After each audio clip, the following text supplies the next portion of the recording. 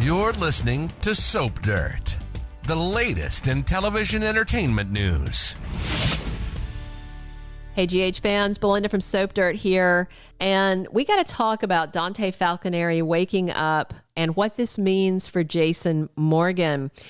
I don't think it's enough to get all the charges against him dropped, but even so, all the haters in town soon owe Jason an apology, I think, for not giving him the benefit of the doubt and assuming that he shot Dante. And we're going to dive into what all this means, but first, please click subscribe if you haven't yet. So I just real quick want to talk about the charges that Jason Morgan has been hit with in court, and then we're going to talk about Dante waking up and how this changes things and in what ways it won't change things. So I have to say that the DA's office was wildly off the mark. If they left the primary charges against him stand, Diane Miller should definitely be able to have at least some of them slapped down right away.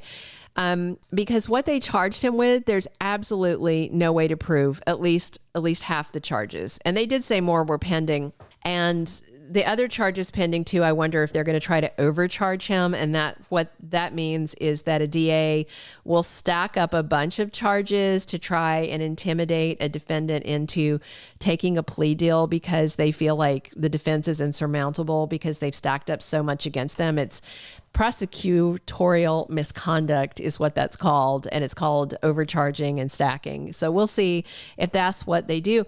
Jason was accused by Assistant DA Lansing Davis of attempted murder in the first degree, as well as conspiracy to commit murder. If you don't know specifically what those charges mean, here's the issue. They're focusing on Dante's shooting, and Anna said this, and then Jagger said this, and then Jason repeated it, that if Dante dies, Jason would face a capital murder case. It's called a capital murder case. That's a first-degree murder charge because in a capital crime, you face capital punishment, which is the death penalty. So since Dante is still alive, they're going with capital attempted murder in the first degree. But Dante's shooting wasn't a first-degree event. First-degree killing or first-degree attempted killing is murder that you pre-plan. The prosecutors must show that you had malice and a forethought. That means you had to have sat down and developed a plan to kill someone and basically left home with the intention to kill someone and took steps to make it happen. It's all about the planning and the premeditation. So when it comes to the attempt on Sonny's life, Jason could be convicted of conspiracy to commit murder. That means he helped plot a killing. That's the conspiracy charge. But because Jason didn't pull the trigger, he didn't attempt to murder Sonny himself. The other guy, had he survived, could have been charged with first-degree attempted murder of Sonny, but not Jason. Jason couldn't have been charged with that. And when Dante was shot, there was no premeditation. So that happened all in the heat of the moment. You have to plan to kill someone to get a first-degree charge. Second-degree attempted murder would apply. That's when you almost kill someone, but you didn't leave home planning to do it. It arose in the spur of the moment. But they have no proof that Jason shot Dante at all, only proof that he administered first aid. So the DA is off the mark, and this is one of those cases where I think the writers decided that something sounded cool, but then they didn't bother to Google it and made sure it made sense in the eyes of the law. So anyway, Jason made bail, which seemed unlikely given the severity of what he was accused of, and that has me scratching my head a little. Bail was set very high, but it was still set, and that seemed unusual, and they didn't really argue it a lot, so it wasn't like Diane made an especially compelling case. For storyline reasons, it's clearly better to have Jason out of jail. So I wonder if they're going to explain it that Agent John Jagger Cates might have used his influence somehow to get Jason out of jail. I'm guessing that Cates still has work he wants Jason to do, and he wants him free so he can order him around and have him keep doing his bidding, hopefully salvaging his undercover role at Pikeman if they can find a way to do that. speaking of Pikemen, we're going to see John Brennan, the boss of the mercenary group, in scenes at the end of this week with Valentine Cassadine. But the huge news that we really want to talk about, of course, is Dante Falconeri finally waking up. I told you guys that those people saying Dom Zamprogna had left General Hospital, it was all clickbait liars. His contract was not up for renewal, and I never thought he was going anywhere. And of course, now we know he's not. And on the Friday GH episode, of course, the first person Dante asks for after seeing Sam McCall there is Anna. So I have no doubt that Dante's going to tell her he saw Jason, and then she's going to ask if he shot him, and he's going to confirm what Jason already told Anna. No, he didn't shoot him. And Dante might even remember Jason administering first aid. So that should take care of some of the animosity towards Jason and his return from the people who suspect him of shooting the cop.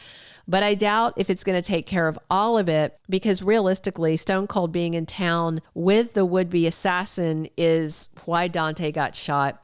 But even if Jason wasn't in Port Charles as part of the team, Pikeman would have sent 2 other people, and Dante could have been shot by one of them, along with Sonny Corinthos, if Jason hadn't been there to mess up the shot. So Dante waking up shouldn't change a whole lot when it comes to Jason's criminal charge in terms of just him still facing prison. The conspiracy charge is very much still valid because he was part of the plot to assassinate the mob boss. But the overinflated charge of first-degree murder, first of all, should never have been filed and should be dropped once Anna talks to Dante and then goes to talk to Robert Scorpio about the facts of the case. After Michael Corinthos paid Jason's bail, we saw that he refused to come home with Michael. He's got matters to take care of, and he's going to head over to talk to Sonny Corinthos. I suspect Jason might come clean to Sonny to some extent about what he's been doing and why. Jason has given conflicting statements about the way that Jagger forced him to work undercover to take down Pikeman with Michael. He said that he was threatened, that someone important to him was threatened, but I don't think he told him it was Jagger. But then to Anna, he told her it was Jagger. He told her about the RICO charges, but he said they were threatened against him directly, and he would have gone to prison, and he didn't mention anyone else. And that seemed very strangely out of character because Jason's not one to protect himself at the cost to others, So I do suspect that Jason held back on telling the truth that somebody else was threatened, maybe because she's law enforcement and he didn't want to reveal too much to her in case the person that Jagger was targeting might wind up targeted by the PCPD, because Anna still is the police chief. There's a chance that the RICO charges are against Sonny and he's protecting him, maybe. Some other fans I've seen suspect that the charges might be against Carly Spencer, because remember, she was running Sonny's organization for a while, and he will definitely have gone all out to protect Carly. I suspect we're going to find more about the leverage soon, and I do wonder if Jason leaves his chat with Sonny and then reaches out to Jagger to see if they can salvage the situation, because whoever Jason's protecting, he wants to keep on protecting them as best he can, and that means keeping on with the Pikeman project. But Anna has got a contact with Pikeman, Valentine Cassadine, and we see him talking to Brennan on Friday's episode. So I wonder if somehow Anna might leverage Valentine to see if he can keep Jason active undercover with Pikeman. We'll see how it goes, but there's a lot more story to unfold. And of course, I'm over the moon about Dante waking up, and of course, so is Sam McCall.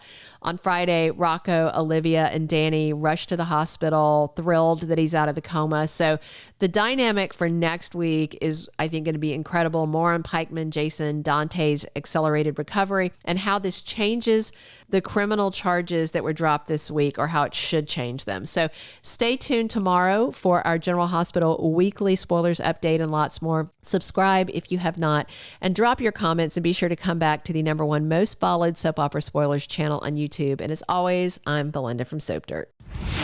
Thank you for being a loyal listener. Follow us wherever you get your podcast, because you don't want to miss the next episode. Soap Dirt is on all the major podcast platforms, including Apple Podcast, Spotify, iHeartRadio, and more.